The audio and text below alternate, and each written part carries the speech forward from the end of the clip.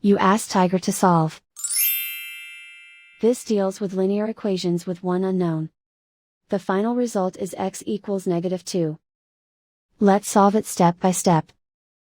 Group all constants on the right side of the equation. Subtract 17 from both sides.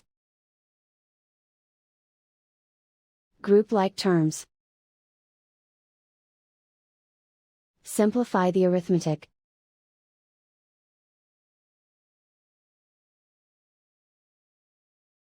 Convert the x into a positive number. Multiply both sides by -1.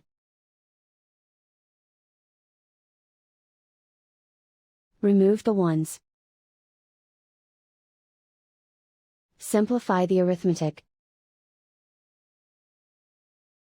And so the final result is x equals -2.